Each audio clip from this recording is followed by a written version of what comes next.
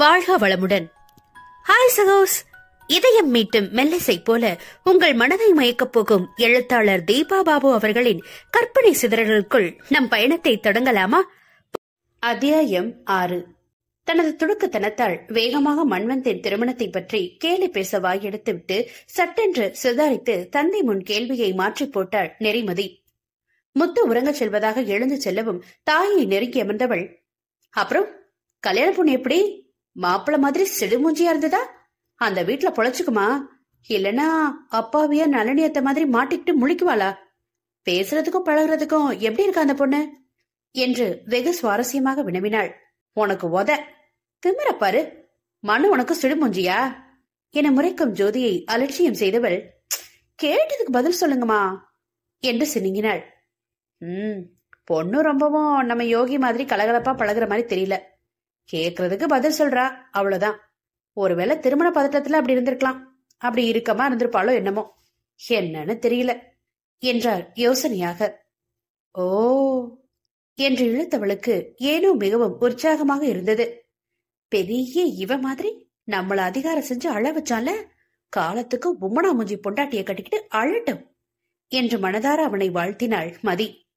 சரிம்மா, எனக்கு தூக்கம் வருது, குட் நைட் என்று அம்மாவிடம் கூறிவிட்டு துள்ளலுடன் அறைக்குள் சென்று படுக்கையில் விழுந்தவளுக்கு சொன்னதற்கு மாறாக அன்று இரவு மகிழ்ச்சியில் உறக்கம்தான் வரவில்லை.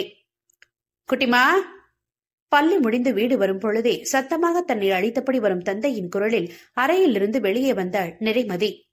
என்னப்பா? தாத்தா போன் பண்ணாடா. ஓ, தாத்தா எப்படி இருக்காரு? பாட்டி என உற்சாகமாக ஆரம்பித்த மகளை இடையில் தடுத்து நிறுத்தினார் முத்து. இரு இரு, எல்லாரும் நல்லா இருக்காங்க. நான் சொல்ல வந்ததை முதல்ல சொல்ல விடு. சரி சரி சொல்லுங்க என அமர்த்தலாக கைகளை கட்டிக்கொண்டு எதிரே உள்ள சோஃபாவில் அமரும் மகளின் குறும்பை கண்டு நகைத்தபடி தானும் அமர்ந்தவர், ஜோதி ஒரு காஃபி மனைவியிடம் குரல் கொடுத்தார். அங்க தாத்தா ஊர்ல உள்ள கவர்மெண்ட் ஸ்கூல்ல ஸ்டூடெண்ட்ஸ்க்கு கம்ப்யூட்டர் கோர்ஸ் எல்லாம் எடுக்கணுமா. ஆய்வகத்தை பொறுப்பா பாத்துக்கிறதுக்கு ஒரு ஆள் தேவைப்படுறாங்களாமா. இந்த மாதிரி சின்ன ஊர்கள்ல கிராமங்கள்ல எல்லாம் தற்காலிக ஆசிரியர்கள்ல உள்ளூர் பள்ளி நிர்வாகமே அவங்களோட வசதிக்கு ஏத்த மாதிரி நியமிச்சுக்கலாமா. இப்ப பள்ளி ஆண்டு விடுமுறைன்றதுனால வர ஜூன் மாசத்துல இருந்து ஸ்கூல் ஆரம்பிக்கிறாங்கல்ல, அதுக்கான டீச்சர்ஸ நியமிக்கிறதுக்கு ஆட்களை பாத்துக்கிட்டு இருக்காங்களாம். அந்த ஸ்கூலோட HM சொன்னாங்களாம் தாத்தா கிட்ட. அப்ப பேச்சு வாக்குல சொல்லியிருக்காங்க. திகைத்தவள், அப்ப நான் என்று குறுக்கிடும் பொழுதே, இரு இரு நான் முடிச்சிடுறேன் என்று தொடர்ந்தார் முத்து. உடனே தாத்தாவும், என் பேத்தி இந்த வருஷம்தான் முதுகலை கணினி துறையில் படிப்பு முடிச்சிருக்கா, அவளுக்கு இந்த வாய்ப்பு கிடைக்குமா, இல்லனா அனுபவம் ஏதாவது வேணுமான்னு கேட்டிருக்காரு. அதெல்லாம் இல்ல, பிள்ளைங்களுக்கு பாடம் சொல்லி கொடுக்கறதுக்கும் ஆய்வகத்தை கவனிச்சுக்கிறதுக்கு மட்டும் அந்த அளவுக்கு திறமை இருந்தா போதும். சர்டிபிகேட்ஸை மட்டும் எடுத்துட்டு வந்து என்ன பார்க்க சொல்லுங்க. ஒரு சின்ன நேர்முக தேர்வுக்கு அப்புறம் நியமனத்தை உறுதி செஞ்சிடலான்னு சொன்னாராம். தாத்தா உங்ககிட்ட கேட்க சொன்னாரு. அவருக்கு ரொம்ப ஆசை போல இருக்கு.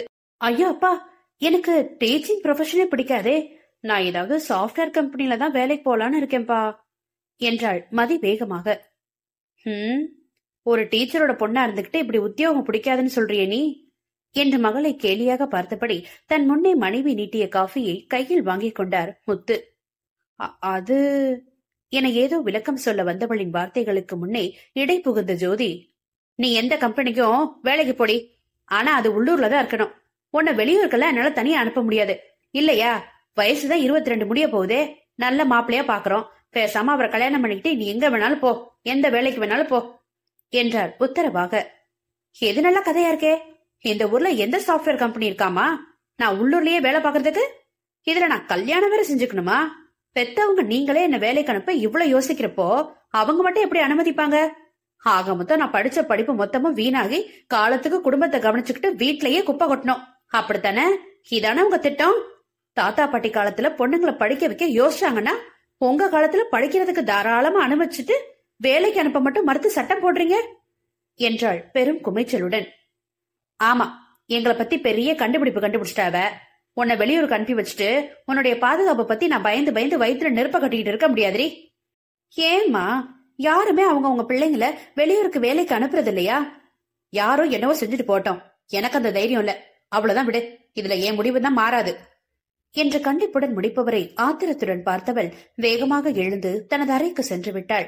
இரவு உணவு வேண்டாம் என மறுத்து வீம்புடன் அன்னையிடம் சண்டை போட்டுக்கொண்டு இருந்தவளிடம் சென்று நின்றார் முத்து. நீ போய் சாப்பாடு எடுத்து வையே, நான் அவளை கூட்டிட்டு வரேன் என மனைவியை அனுப்பிவிட்டு மகளின் அருகில் அமர்ந்தார்.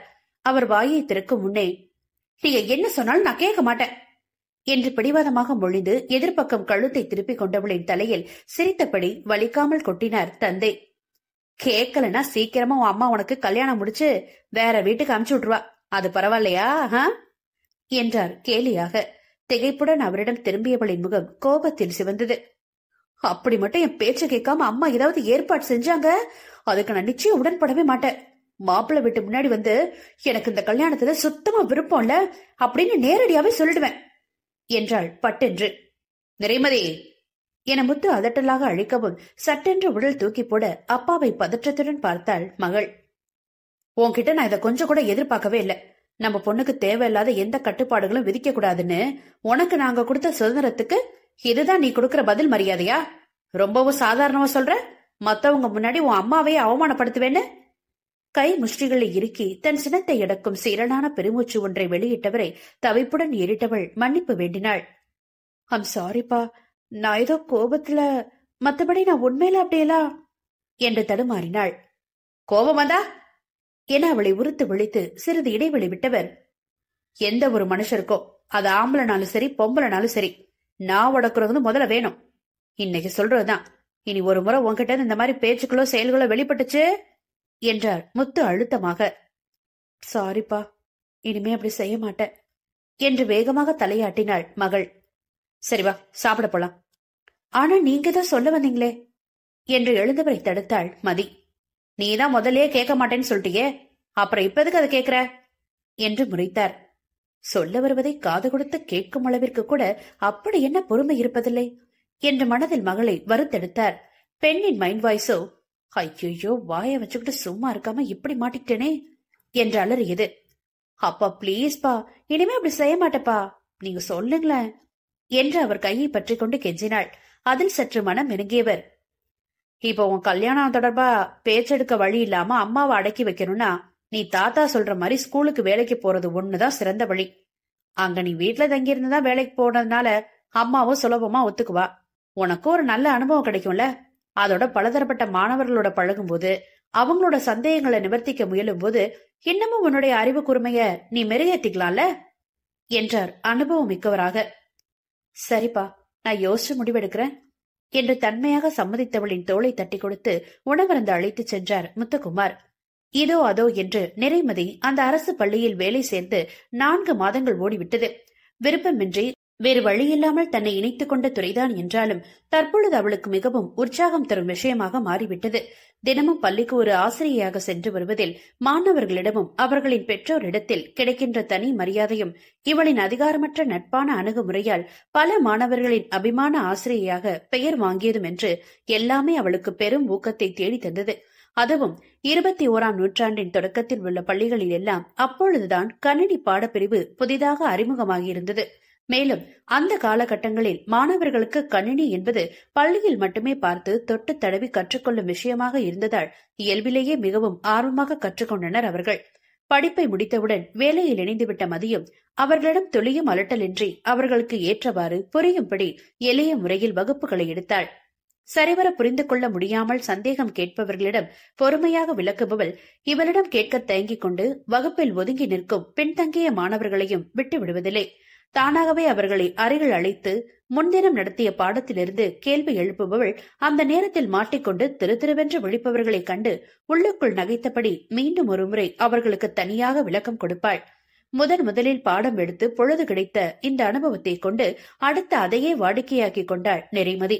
அவளுடைய வகுப்பின் நேரம் தொடங்கியதும் உள்ளே நுழைபவள் முன்தினம் நடத்திய பாடம் தொடர்பாக மாணவர்களிடம் கருத்துரையாடி திருப்தியான பிறகு அடுத்த பாடத்தை எடுக்க துவங்குவாள். அதனாலோ என்னவோ அவளுடைய பாடங்களில் படிப்பில் பின்தங்கிய மாணவர்கள் கூட குறிப்பிட்ட சதவிகிதம் அதிக மதிப்பெண்களை எடுக்க ஆரம்பித்திருந்தனர். அது குறித்து தலைமை ஆசிரியர் பொன்னையனை நேரடியாக தொடர்பு கொண்டு மதியை பற்றி பாராட்டி பேசவும் அவருக்கு ஒரே பெருமையாகி போனது. வீட்டிற்கு வந்து அனைவரிடமும் பேத்தியின் திறமையை பற்றி புகழ்த்து தள்ளியவர் நவநீதத்தின் கைகளால் அவளுக்கு வரமிளகாய் கொண்டு திருஷ்டி சுட்டி போட்ட பின்புதான் அமைதியானார்.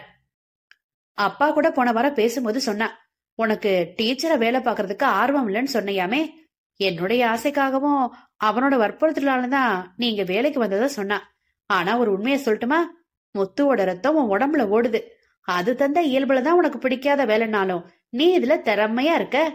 என்ன கேட்டா நீ வேற எந்த வேலைக்கு போறதுக்கு பதிலா இதுலயே தொடர்ந்து இருந்தனா நல்ல உயரத்துக்கு போவ என்று வாஞ்சையுடன் அவள் தலையை வருடியபடி ஆருடம் கூறினார் பெரியவர். அனைவரின் வாழ்த்துக்களும் பாராட்டுகளும் அவளுக்கு மகிழ்ச்சியை தருவதற்கு பதில் மனதில் ஒருவித உறுத்தலை தோற்றுவித்தது. உண்மையில் வேறு வழியின்றி வந்தவள் என்றாலும் தன் சுபாவமாக செய்யும் வேளையில் எப்பொழுதுமே கர்ம சிரத்தையாக செயல்படுபவள் இதிலும் அவ்வாறே நடந்து கொள்ளவும் தான் இந்த நற்பெயர் கிடைத்திருக்கிறது என்று எண்ணிக்கொண்டவளுக்கு வேறொரு யோசனையும் தோன்றியது. காலையில் தூங்கி எழுந்தவுடன் நேராக முகேஷை தேடிச் சென்றாள் நெறிமதி. அண்ணா என்றபடி அரை வாசலில் வந்து நின்றவளை வியப்புடன் ஏறிட்டான் அவன். என்ன பாப்பா, இந்த நேரத்துக்கு நீ இன்னைக்கு நடத்த வேண்டிய பாடத்துக்கான குறிப்புகளை தானே எடுத்துட்டு இருப்ப? காலையில அதிசயமா இங்க வந்து நிக்கிற? அவள் இவர்கள் வீட்டிற்கு வந்து தங்க ஆரம்பித்த புதிதில் தங்கையிடம் முதல் நாள் வெளியூர் சென்று வந்தது தொடர்பாக எதையோ சுவாரஸ்யமாக பேச வேண்டி வந்தவனை பாட குறிப்பு எடுத்துக் கொண்டிருக்கிறேன், இந்த நேரத்தில் வந்து தொல்லை பண்ணாதே, நாம் மாலையில் பேசிக் கொள்ளலாம் என விரட்டி எடுத்து விட்டாள் மதி. அதை நினைவு கூர்ந்த நையாண்டி செய்யும் தமையனை செல்லமாக ஓர வழியில் முறைத்துக் கொண்டே அங்கிருந்த கட்டிலில் அமர்ந்தவள், நான் நேற்றுக்கு நைட்டே பாடக்குறிப்புல எடுத்து வச்சிட்டேன் என்று உதட்டை சுழித்துக் கொண்டாள். அப்ப ஏதோ முக்கியமான விஷயம்தான் பேச வந்திருக்க போல இருக்கு, சரி சொல்லு என்று சிரித்தபடி பக்கத்தில் அமர்ந்தான். இல்ல, ஞாயிற்றுக்கிழமை தவிர மத்த வார நாட்கள்ல எங்க ஸ்கூல்ல கணினி பாடப்பிரிவுல படிக்கிற மாணவர்களுக்கு மட்டும் உன்னோட சென்டர்ல நான் இலவசமா பயிற்சி கொடுத்துக்கிட்டோமா என்று அனுமதி கேட்டாள். குமரேசனின் மைந்தன் பெரியவன் ஹரிஷ் நிர்வாகம் தொடர்பான பட்ட படிப்புகளை முடித்துவிட்டு தந்தைக்கு உதவியாக சர்க்கரை ஆலை, ரைஸ் மில் என்று செட்டில் ஆகிவிட்டான் என்றால், சிறு வயதில் தாங்கள் ஆர்வத்துடன் பேசி வைத்துக் கொண்டிருந்தபடி முகேஷும் மதையும் கணினியில் MCA மற்றும் MSc பாடப்பிரிவு எடுத்து படித்து முடித்திருந்தனர். இவளுக்கு பெரிய மென்பொருள் நிபுணராக வர வேண்டும் என்பது ஆசை என்றால், அவனுக்கு தங்கள் ஊரில் பெரிய கணினி மையம் ஒன்றை தொடங்க வேண்டும் என்பது லட்சியமாக இருந்தது.